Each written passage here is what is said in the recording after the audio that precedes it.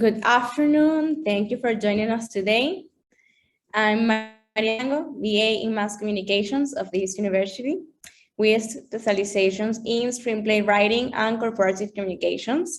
I'm the process manager and an SEO consultant at Speech, an agency from Venezuela, and I'm part of the marketing department at an American healthcare investment fund called Infusion 51A.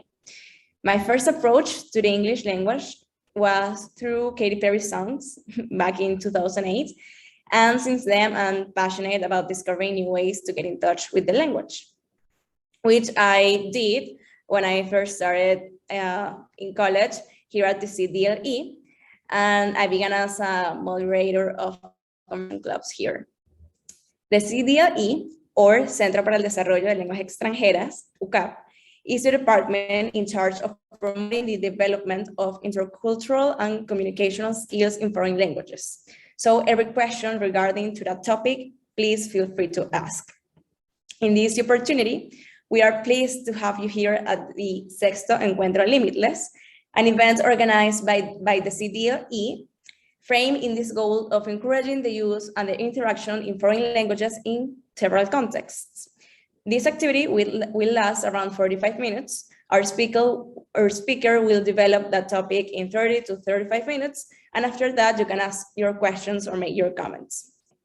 We also invite you to check the agenda for the Sexto Encuentro Limitless and continue practicing your foreign languages skills. Our session today is titled Breathe English, How to Live, Breathe, and Enjoy the Language.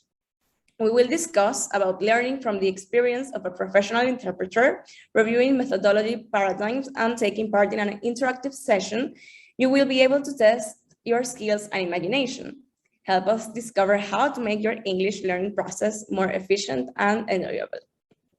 And for that, we welcome David Leiva, Modern Languages major, interpreter and translator with over 8 years of experience working with professionals in the medical, financial, and legal fields, coaching new interpreters and teaching the English language to native Spanish speakers all over Latin America. And he's also a customer success executive at Open English. David, thank you once again for joining us today. Thank you, Marian, for the introduction. And thank you everyone for joining. Welcome. I'm truly honored to be a part of this limitless encounter. And I hope that you will learn something, that you can take something out of this talk, that you can use my experience to not repeat my mistakes, but mostly to work on what I know works on the harsh journey that is learning the English language. And so before we begin, is my audio okay? Can everyone hear me okay? Excellent. And if at any point you have questions, you can, I don't know, write them in the chat or just raise your hand. And it's perfectly fine if you interrupt me at any point to ask questions. You are more than welcome to do so. So let me share my screen. And again, can everyone see my screen? Yes. Excellent, thank you. So let's start at the beginning. I will be recounting my own personal journey on how I came to speak English, how I came to become a professional interpreter and translator, and working at Open English, which is the last chapter of my life. Again, I hope that you can take something from my personal experience. And this is part 1. And this is a little quote from a poem by Robert Frost, Great Pen. If you want to check his poems, I strongly suggest you do. And it reads, 2 roads diverged in a wood, and I took the one less traveled by, and that has made all the difference. And my journey begins with the road most traveled, you could say. I encountered English for the first time in high school. My school back in the day asked us to take English classes. And long story short, I failed. I failed my first year taking English classes. It was actually the first class that I've failed ever. And so it was a harsh first encounter with the language. Then I kept taking English classes in that very same school for about another year. And I decided to leave that school. It wasn't for me. I wanted something different. I wanted to study music. And at the time, I mean, I was about 11 years old. So I didn't really heed advice from my teachers, from older people, from people with more experience, people with a little more vision that told me that English was going to be a big part of my professional life, whether I went into languages or otherwise. And I just didn't pay too much attention to that. I went on a different direction. And what I did the following years was focus on my music. I graduated high school and went to live in Argentina. I went to study music in Argentina. And while I was there, I was hired by a band comprised of people from the UK and the US. And I was hired as a roadie. So I was managing all the equipment. I was managing the stage setup and all these kinds of things. The thing is, I got to speak English by that time. I had done a couple of different things that we'll go on and in more detail in a second. But since all of the band's members were native English speakers, I had to constantly communicate with them in English, and I ended up acting as a sort of interpreter for them as well. And I realized maybe I'm good at this, and I quite like it. So I worked for them for a couple of years, and I actually ended up liking it so much that when I came back to Colombia, I decided to keep studying and to study modern languages with an emphasis in translation and interpretation. During my major years, I got to work with a lot of teachers, a lot of projects and helping them. And I decided to get my certification, which I got after a couple of years.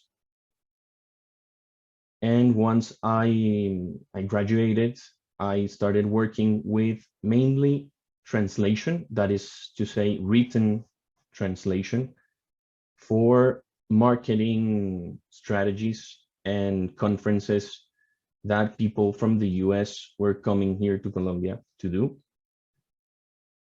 And so I would translate all the written material that they were going to use during their speeches, during their talks.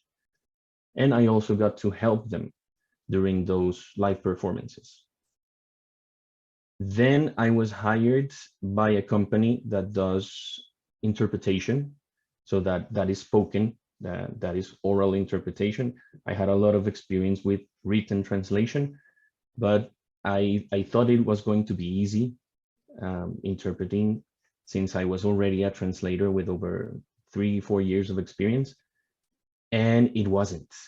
Interpreting is quite different from translating, and there are a bunch of different techniques involved. I won't go into that in much detail, but then I got to work mostly with people coming in from the US to also give speeches. So I would do what you call simultaneous translation, which is what you see in beauty pageants, in Miss Universe and Oscars and that sort of award show, where people are speaking English and then there's another one at the very same time speaking in Spanish or whatever language is the target language. So I got to do that for a while. And then the pandemic stroke, we got COVID. So obviously there were no more symposiums, there were no more speeches, there were no more live performances, but I was still kept on as a remote interpreter. So what I did then was a sort of a training for medical, finance, and legal fields. And I worked mostly with doctors in the US. So they would call me pretty much like you're seeing me right now, when they had a patient, a Spanish-speaking patient, and I would interpret for them. It was quite a rough experience because, as you can imagine, well, you have to give bad news to people. Sometimes it's good news, but if there's a terminal disease diagnosis, well, you have to inform that person that they have a terminal disease. And with the pandemic, it was even worse because, well, people were dying in isolation. They couldn't get visits from their family, so they had to pretty much say goodbye through a Zoom call or through a phone call, and you had to be there the whole time interpreting what the doctor was saying to them in Spanish. So it was quite a rough experience, but it was also a humbling experience. And at the end of my tenure at that company, I was promoted to the role of trainer. So I was training new hirees to do that very same job, which was also very, very challenging and very, very rewarding as well, because you got to help people getting a job, and a very good job at that. It was a very difficult but very, very rewarding job. I have also, as a freelance agent, I have also taught English for over 8 years now, mostly to companies higher ups, and English with an emphasis on meetings with people from different cultures. So how to speak the language, but also how to speak it in a professional environment where you are going to be meeting with CEOs or higher ups from very different backgrounds and very different cultures. So that was my main point of coaching for them. And all of that led me to Open English.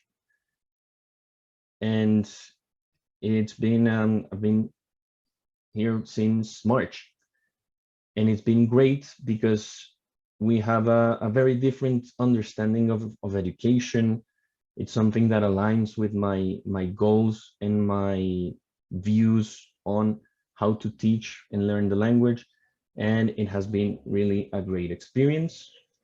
And it also led me here today to speak with you. So again, I'm really, really grateful and really honored. And again, long story short, that was my path to learn English and to work as a coach, as a translator, as an interpreter, and now as a customer success executive, and which means that I'm in charge of the end user results. That means that the people that come to us looking to learn the language, I make sure they get the best of experience, and at the end of the day that they be able to speak the language fluently and achieve their goals. And so some key points that you can take away from this: you should make the process about things you like. I didn't learn the language at a traditional school or anything like that. I learned by mostly doing the things that I liked and being in contact with the language constantly, by putting myself in situations where I needed to speak the language. Otherwise, I wasn't going to be able to do what I needed to do. Do not ever be discouraged by any mistakes or any grades or someone telling you you can't do it or that is too hard. Just keep trying your best and eventually you will reach your goal. And in the same line of thought, give yourself time to learn and get better, but also be prepared to put in the effort. And speaking a language, a new language, is a skill, is a new skill. And much like any other skill, it takes time and it takes effort to do. And also think outside the box and do what feels right for you. Follow your own path, if you will. Now, I would like to go a little bit into more detail on how, because that's a question I get asked a lot. How did you learn English? And again, this goes to show a little bit of the poem of the road less traveled. And here I always propose a shift in paradigms. A paradigm is the way we usually do things, the way we traditionally do things. And it is important to constantly update and constantly review the way that we're doing things and ask ourselves, how can I improve? How can I do this better? How can I be more effective? And to that end, I would like to compare the traditional methodology. So this is, again, at the beginning, my first encounter with the English language, where you just sit down in a classroom full of students, full of back in school, your friends, most likely, and one teacher, and you were giving most likely a book full of grammar exercises, some terminology. You had a dictionary as a backup, and the methodology would be just mainly read a book, do the grammar exercises, come to class 2 hours a week, maybe 4 hours a week, depending on your school, and eventually you will learn the language. And see, I have a problem with this, and this works. But it does work. Since the dawn of humanity, it has worked. But we did things this way for very specific reasons. And think back, you don't have to think back 100 years. Maybe think back to how things were done 30 years ago, without the internet, where when traveling was very expensive and very hard. Not many people in Latin America got the chance to travel abroad and to learn the language. So this made sense. How else are you going to learn a new language if it isn't by sitting in a classroom full of people with a teacher that knows the language and has teaching experience, hopefully? There was no other way.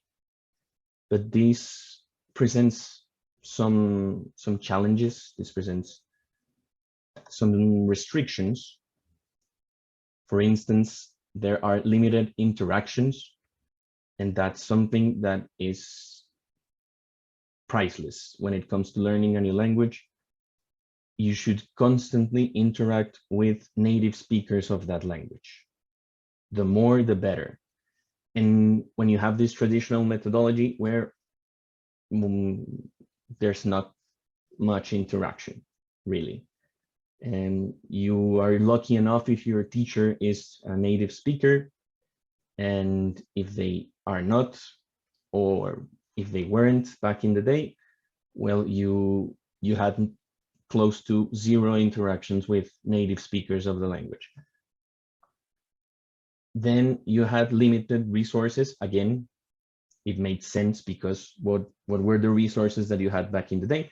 Well, the selected syllabus, the selected textbooks, which mainly 1 or 2 textbooks, a dictionary, and the encyclopedia that every family kept at home. And that was pretty much the extent of the resources you had. Maybe you also had access to a library, which was great, but that was pretty much it. So very, very limited resources you could use to learn the language. You had, again, to be creative.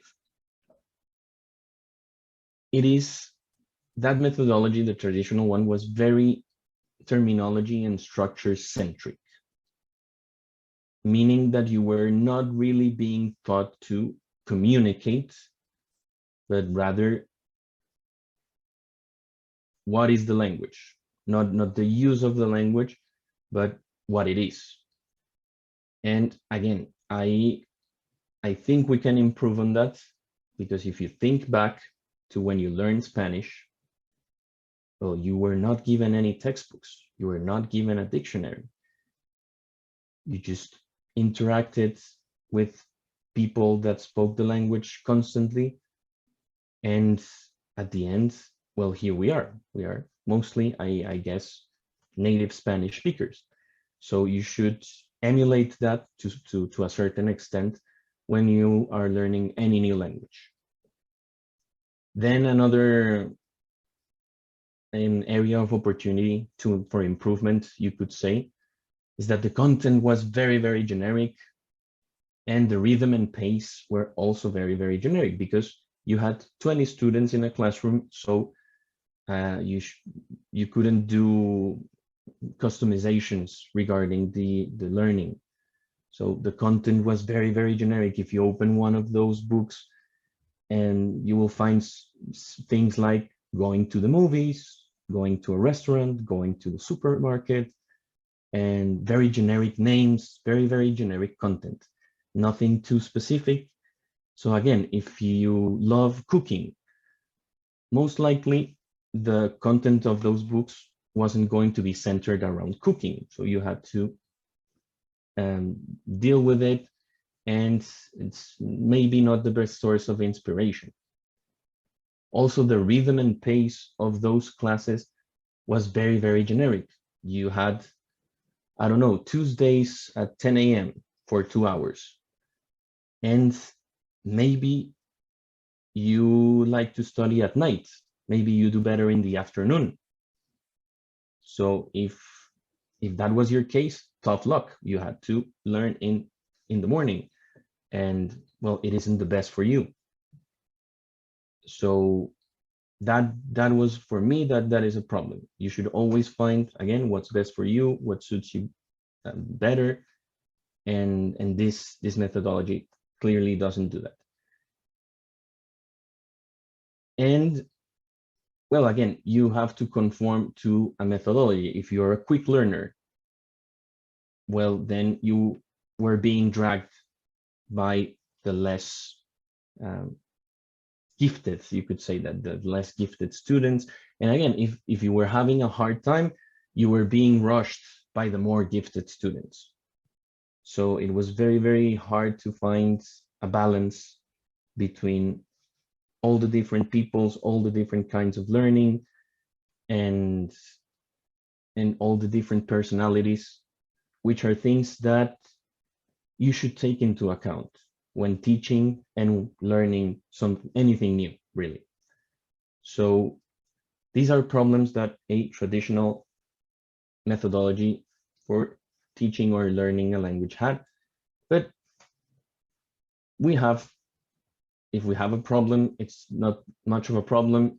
It's more of an area of opportunity for improvement. So what can we do? We can modernize, and we can improve. We can make the process more efficient. We can make the process more enjoyable. And how do we do this? So here I have a couple of tips, pointers, advice, hopefully you can use, which are: have as many interactions as possible. Nowadays, with the internet, you have a lot of resources. There are online classes, there are online groups, there's Facebook groups I've taken part in that connects you to a bunch of English-speaking, native-speaking people that will help you learn the language in exchange for you helping them learn Spanish. And that's a great experience. There are also gatherings. There's an influx of foreigners coming into our countries. So there are in-person gatherings specifically for for that. So you have to do a little research, but there's a lot of resources like that even from home, even if you don't have time to go out, even if you maybe don't get a chance to go abroad to visit the US, you can still have a lot of interactions with native speakers. Then you have all the resources that you had, the textbooks, the dictionaries, the encyclopedias, the libraries, plus everything that you can find online. And I mean everything: YouTube videos, documentaries, series, movies, texts, as far as the eye can see. So we should take advantage of that. We should also focus on that regard. We should spend most of our time trying to communicate. It doesn't matter if our grammar or our syntax or our pronunciation is off, especially at the beginning. We should just keep communicating, keep listening, keep creating connections, and that will lead to a more, in the long run, to a more natural form of expression, to a more fluent handling of the language. So you should always focus on communication or expression, and not so much grammar and syntax. Grammar and syntax are very, very, very important, but at the beginning, I mean, not so much, really. It's okay if you don't use the correct form, or it's okay if you mispronounce something. You will get there.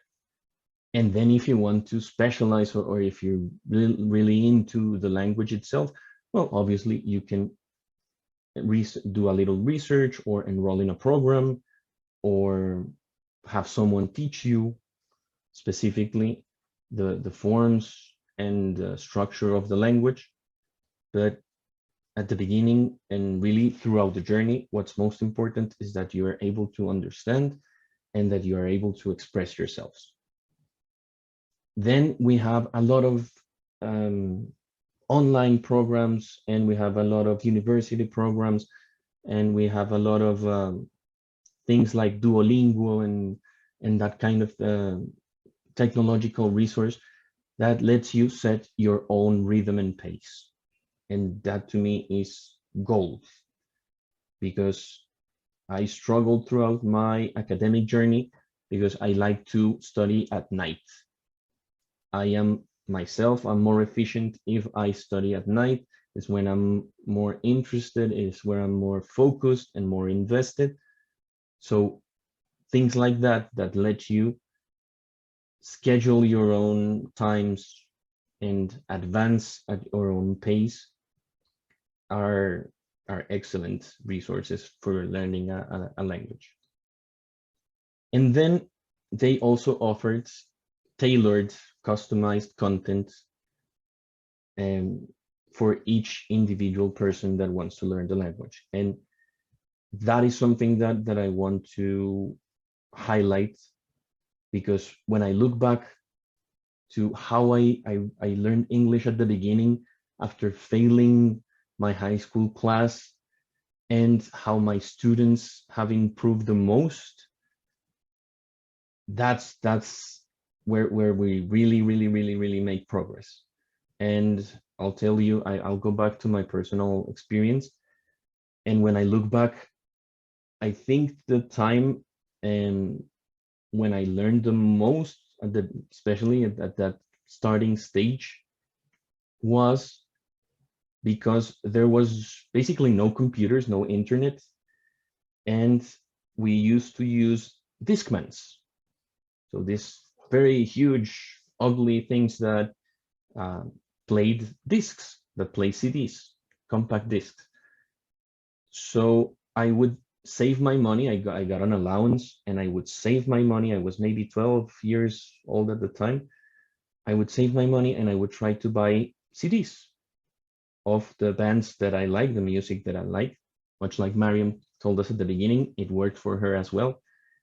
And what I would do is I would take the little booklet that came with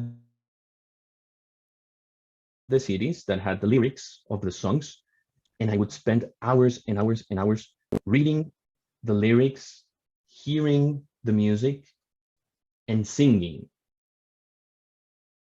And that made all the difference. I think that's when I really started learning, because that's something that most people don't do in a traditional environment, and that is to speak. When you are singing, you are making a connection with your speech, which is very lacking in most teaching environments, and it's something that is, let's be honest, a little hard to do by ourselves. So that has made all the difference. And every time I get someone asking me, how can I improve my pronunciation? How can I improve my overall language skills? And I suggest this. Take whatever song, whatever artist you like, get the lyrics and learn the lyrics, but sing. It doesn't matter if you're not a great singer, sing, because your speech will make that connection as well. So that is very important. And if you want to take it up a notch and do a little something a little bit more complex, but along the same lines, get a book, any book you like. I suggest the great American classics, the great British classics. They are classics for a reason. They have a very good language. They have very good form. And so you will learn a lot of vocabulary. You will learn a lot about register. You will learn a lot about expression. But get a book, get the audiobook, and whilst you're listening to the audiobook, read out loud. That makes tremendous progress. It's a little funny, I'll give you that. It's very funny to be listening to an audiobook and be reciting the book at the same time, but trust me, it works wonders.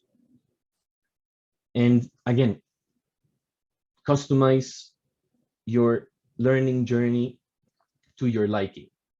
I was putting, again, with the booklet, with the lyrics, with the CD, I was putting in hours. I mean, how long is a CD? Maybe 2 hours? And I would play the CD 2 or 3 times. I was putting in 2, maybe 4 or 5 hours a day, learning the lyrics. And I was studying English. I was studying pronunciation. I was studying listening. I was studying reading. I was learning how to spell the words because I was reading the lyrics. And I didn't even realize. It didn't even feel like learning, like I was on a typical language learning journey, because I was doing something that I loved. I was doing something that I liked. So that should be your aim. Whatever you like, whatever styles of music, whatever kinds of books, movies, but do it, always do it about something you like. That's my key point of advice for you. And trust me, it won't even feel like you're learning.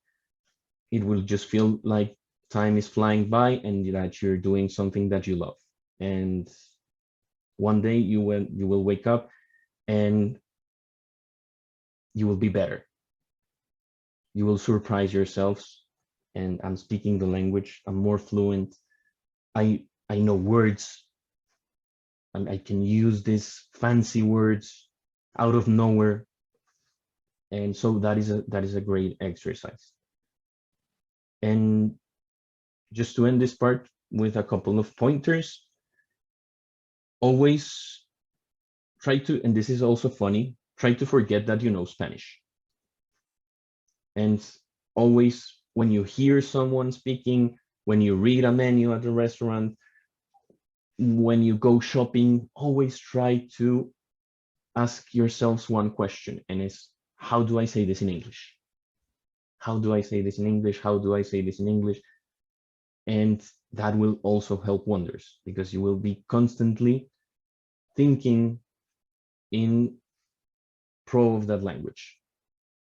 And one day also you will come to the funny realization and that it will be the other way around. One day you will wonder, how do I say this in Spanish? And you will know that you have made tremendous progress. So, David. Yes, of course. Sorry to interrupt you. We have here Laura Zambrano. I think she wants to participate, so I will allow her to speak. Of course. Laura, please go ahead. Laura, are you there? Sorry, do you hear me? Yes, loud and Yes, we clear. do.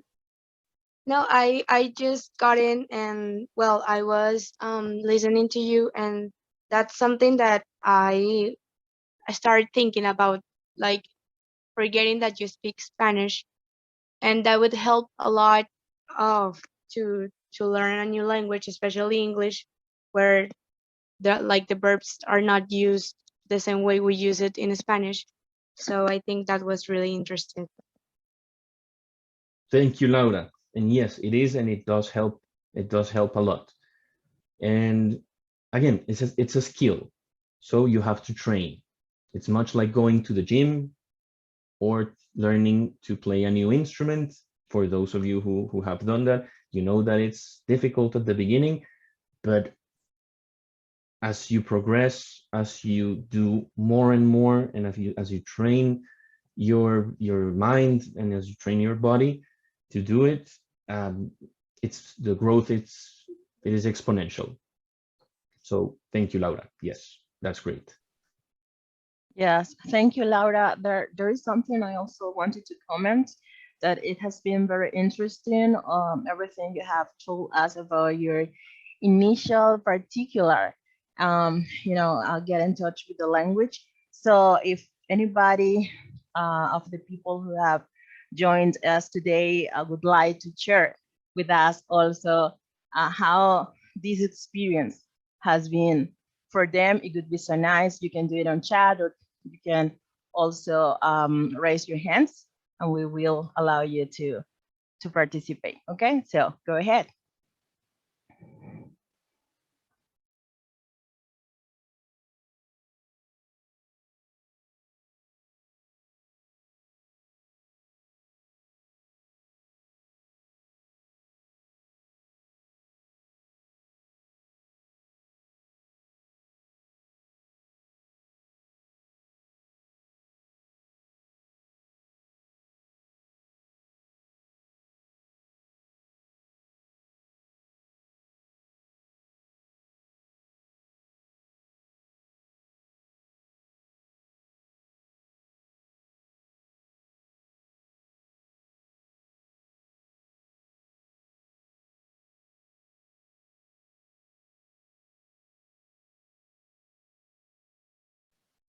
Meanwhile, David, I think you can continue if you want.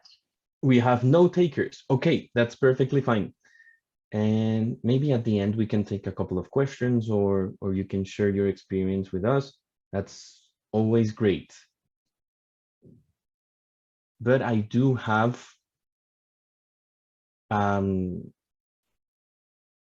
you could say a game for everyone to participate. And this game is about idioms. So idioms are popular expressions, sayings, you could say, closely linked to the culture in which the language is spoken. In this case, we are going to do that in English and Spanish. And just a couple of pointers on how to do this. To translate or interpret an idiom, if you're doing that verbally, we should always look for an equivalent saying in the other language. And if we cannot find an equivalent, we should just explain the meaning. But please avoid at all costs translating idioms literally, because the meaning will be lost and people will look at you like you're crazy. There's a joke here in Colombia. We have this it's kind of a saying, kind of a joke that goes, me extraña araña. And people tend to interpret that literally, saying, miss me spider. So it can be funny, but don't do that when you're actually doing a translation or an interpretation and you're actually speaking the language. Don't do that. So what I would like you to do is I will show you a saying, an idiom. Maybe it's in English, maybe in Spanish. For example, this one. And I will give you about 20 seconds if you want. You can raise your hands and we will discuss it at the end, but maybe so everyone can join in. Let's do it through the chat.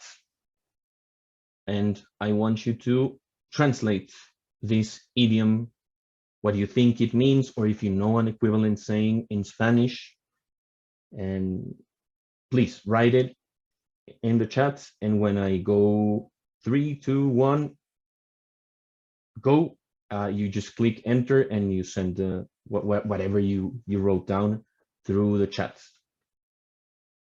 Sounds good? Sounds great and very fun.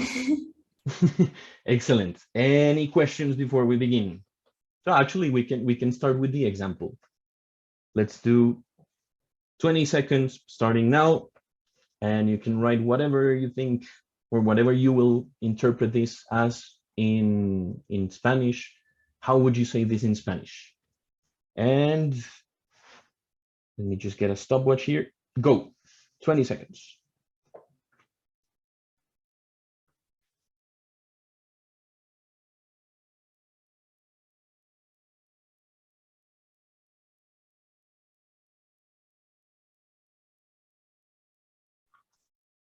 And 3, 2, 1, go. Let's see all the answers.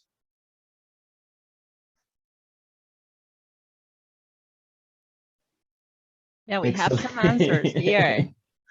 Yay, excellent. Thank you so much. It seems So to be perdió la cabeza, Ramon said. that's Marianne, great. se volvió loco. Reinaldo, I think it means that someone lost his composure. And Laura said, I think it is translated from Spanish to English. Karen said, perdió un tornillo. And Salvador said, se le fueron los tapones. Se le explotaron las cotufas. Oh my God. Oh my God, new. that's a new one. That's a new one. I like that one. I will steal that, Karen. Thank you.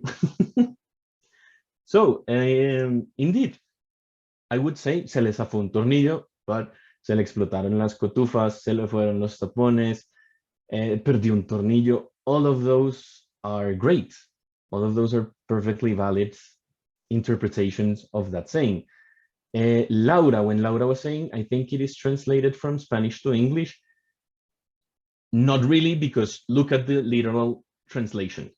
If you translate this into Spanish or the other way around, it would say something like perdió sus canicas, and that doesn't make any sense, at least to me. I don't know if someone is from a little town where this is actually a saying, that where someone losing their marbles. The marbles, I don't know if you played with this when you were little. It's these little crystal balls that you would collect and you would place that kind of stuff. So exactly, you can find the equivalent saying, se le zafó un tornillo in Spanish. Anyone from Argentina to Mexico will understand that. If you say that, they will understand, okay, they went crazy. They lost their minds.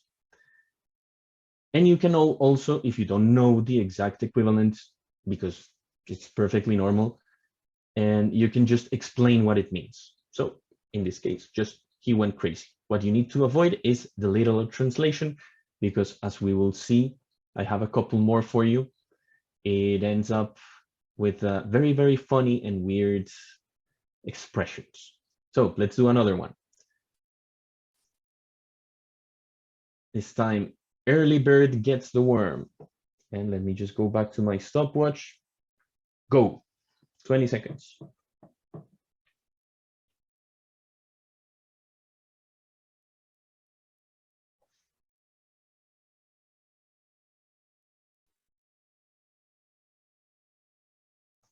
And 3, 2, 1, go. Okay. Excellent. Excellent. You got it. Okay, I can help. Let's see the answers. We have el que madruga, Dios le ayuda. And Laura agrees. Is it to be, yeah, quien madruga, Dios le ayuda again. Okay, everybody thought the same. And I agree. Yes, this is very straightforward. So excellent. And if you would do a little interpretation of this one, el pájaro madrugador consigue la lombriz. Well, if there was some English-speaking person coming to Latin America and saying this, well, we would say, have you lost your marbles, my dear? Because it makes, I mean, it kind of makes sense, but it's just weird. So this is what we need to avoid. And what you did with finding the equivalent expression, that was great. That's excellent. And just a quick thing, Salvador, and I saw a couple of you maybe, wait for the 20 seconds to be over. And once I say 3, 2, 1, go, then you hit enter, and that way we don't cheat. There are no cheaters here. So let's do another one. Del dicho al hecho hay mucho trecho. Don't worry, Salvador, it was great.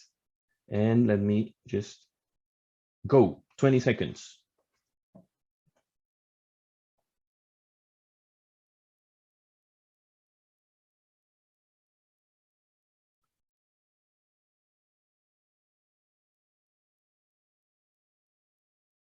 And 3, 2, 1, go.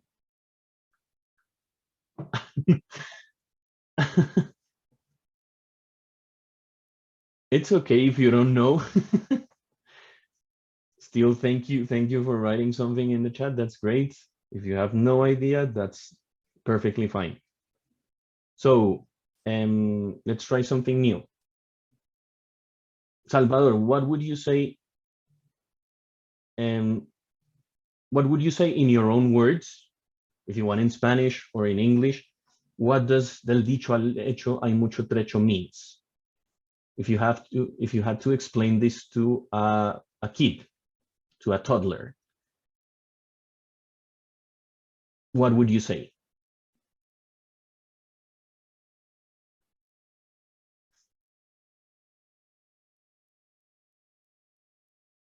And this is what you need to wonder if you don't know exactly how to put it in words. That's how you do it.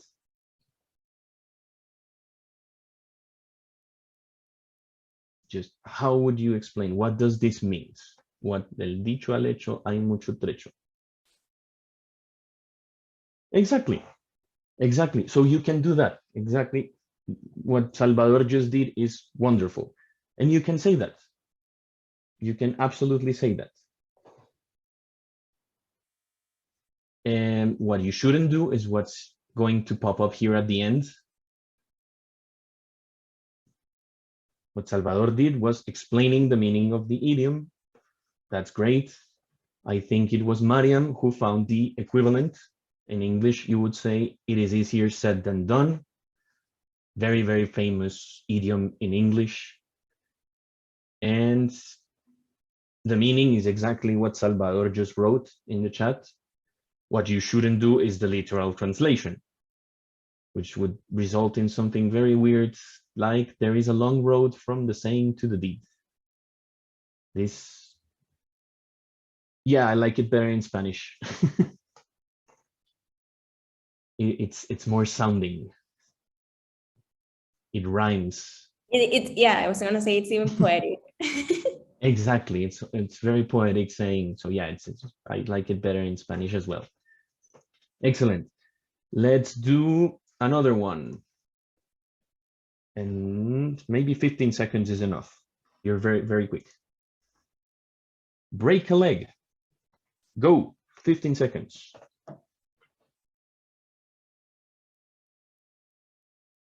Aha.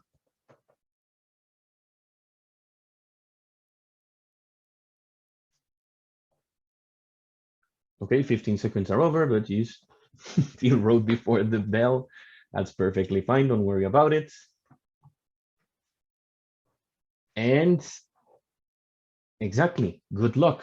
This is a very, very weird way of saying just good luck, buena suerte. And I don't know if you have an equivalent. How would you say good luck?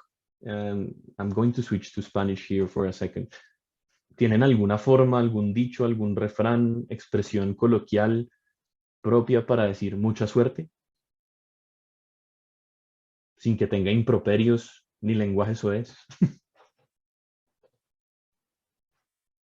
Because I couldn't think of one myself when I was trying to find a saying that something similar. Pero si se dice Álvaro, rómpete una pierna. I've listened to it, but Really? I don't know if it's like when TV shows translate things Yeah, in and English. we're used to it already because it's common somehow. Yep. Sí, yo diría que eso es un anglicismo. Y de nuevo, lo siento, me paso a español un momentito porque voy a defender el español. A mí me parece que eso es un anglicismo. Que rómpete una pierna simplemente fue alguien que vio series o leyó libros o vio algo en inglés y vio mucho break a leg y lo apropió. Y lo apropió en español. Y eso pasa mucho. Tristemente, al español el inglés le está ganando la batalla cultural. Por ejemplo, como intérprete me tocaba mucho la palabra renta, cuando había que interpretar rent. Y mucha gente la interpretaba como renta. Y renta en español es una cosa completamente distinta. La renta es los ingresos que genera una persona, que genera una empresa en determinado periodo de tiempo. La palabra correcta en español para interpretar rent es alquiler, pero ya está tan permeado el idioma por la expresión en inglés que ya se volvió común. Ya se volvió común y pues el idioma es algo orgánico, el idioma es algo que se moldea según el uso que le dé la gente. Entonces, pues está perfectamente bien y muchas de estas expresiones, incluso la RAE, ya las toma como correctas. Álvaro, tell us a story. What is the story? Okay, yeah, that one I've heard. Very, very recently. But what is the story behind the break a leg, Álvaro?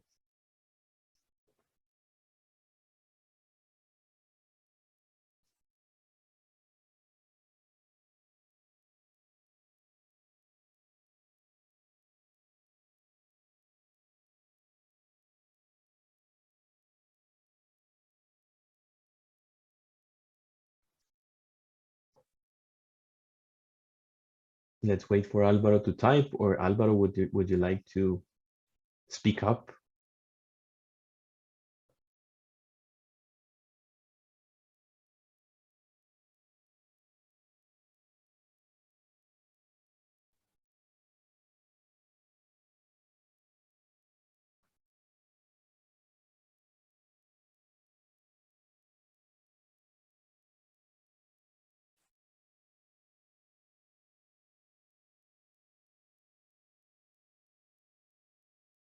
There we go.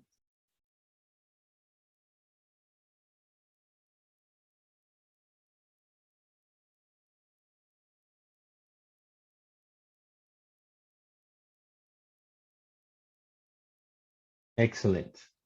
Okay, thank you, Álvaro. It's good to know. Mhm. And let's do one more. Let's do the last one. Oh, this is a great one.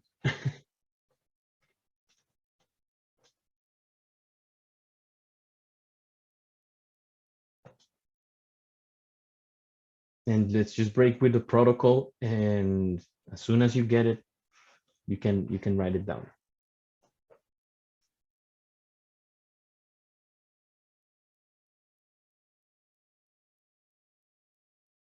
Excellent, excellent.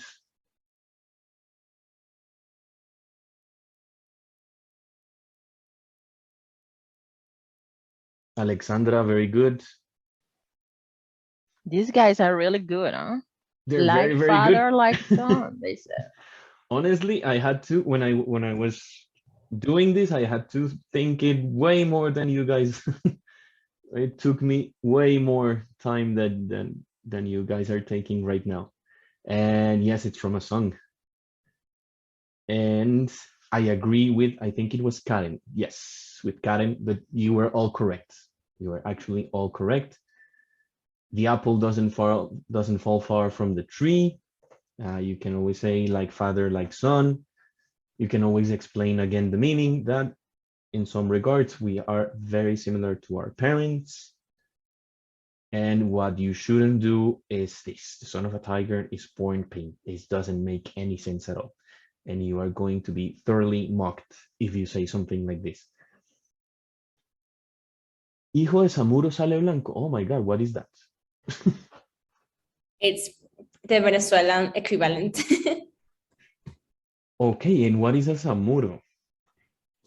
It's one of these animals that eats the rest of other animals that are black, but apparently they are white when they are born. Oh, okay. A vulture, un cóndor. I'm not sure. Samuro. Okay, I will do some research. They say golero in Colombia, says Alexandra. I have no idea what a golero is. Yeah, Salvador says it's like a condor. A Like a ver, condor. niña, Excellent. a vulture, yeah. A vulture. Excellent. Thank you. Thank you. Ah, I learned something myself. Excellent. And okay, I have a couple more for you. We don't have much time. I guess we are hungry. But let's just rush a little bit through them. And these last two are most likely my two favorite sayings, my two favorite idioms in English. The first one is time to face the music, which in Spanish you could say a lo hecho pecho. That was something that my father used to say a lot to me when I was growing up.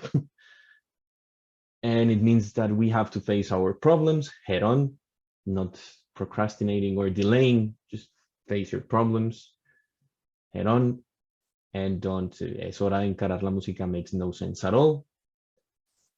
And the last one, no hay mal que por bien no venga. This is a beautiful one. I like this one very much in both languages, but mostly in English.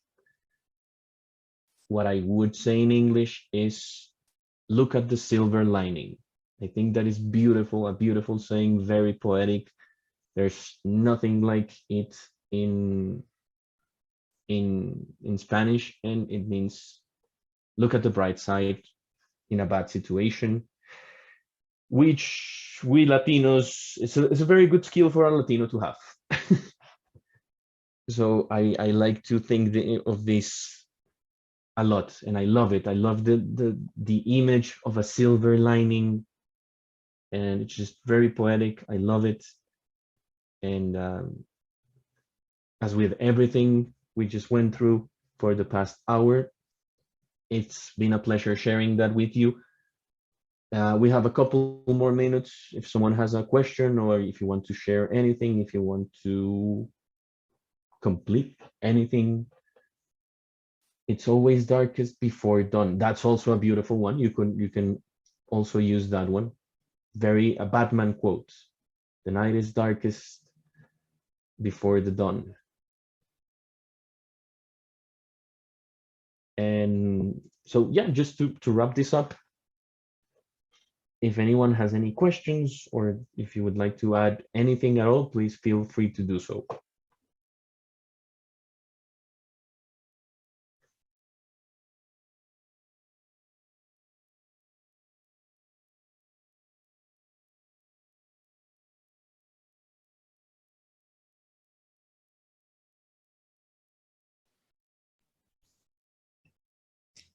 I think there are no questions.